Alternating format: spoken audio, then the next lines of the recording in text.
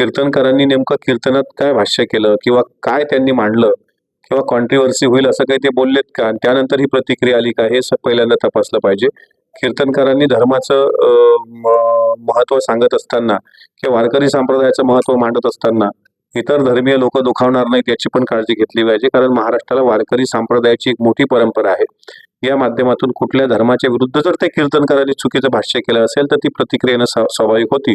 पण त्यांनी तसं केलं नसेल तर मात्र जे कोणी दोषी असतील त्यांच्यावर कारवाई व्हावी. आणि जर त्यांनी जातीयवाद निर्माण करणारं, जातीय तेढ निर्माण करणारं वक्तव्य केलं असेल तर त्या कीर्तनकारावर सुद्धा कडक कारवाई व्हावी. बाळासाहेब थोरांवरती देखील आरोप लावण्यात येत. आरोप ते कुठल्या याच्यामधून लावतायत, म्हणजे राजकीय चष्म्यातून ते आरोप लावतायत का हे बघितलं पाहिजे. कारण परत संगमनेर विधानसभा म्हटल्यानंतर अनेक वर्ष तिथे बाळासाहेब थोरात यांचं वर्चस्व होतं. आता मला वाटते खताळ साहेब तिथे विद्यमान विधानसभेचे सदस्य आहेत. आणि हे होत असताना असं कीर्तनकार येतात, कीर्तनात दंगे होत आहेत, म्हणजे हे तर वाईटच परिस्थिती आहे. कीर्तनकारांनी नेमकं काय केलं, असं काय बोललेत की कीर्तनकारावर लोक चालून गेले? त्यांनी काही हिंदू मुस्लिम कॉन्ट्रोव्हर्सी तिथं केली आहे का? त्यांनी काही तिथं सामाजिक ध्रुवीकरण होईल असं काही तुकोबाचं एखादं प्रमाण घेऊन त्यांच्या सोयीनं त्याचं प्रमाणाचं हे वापरलंय का?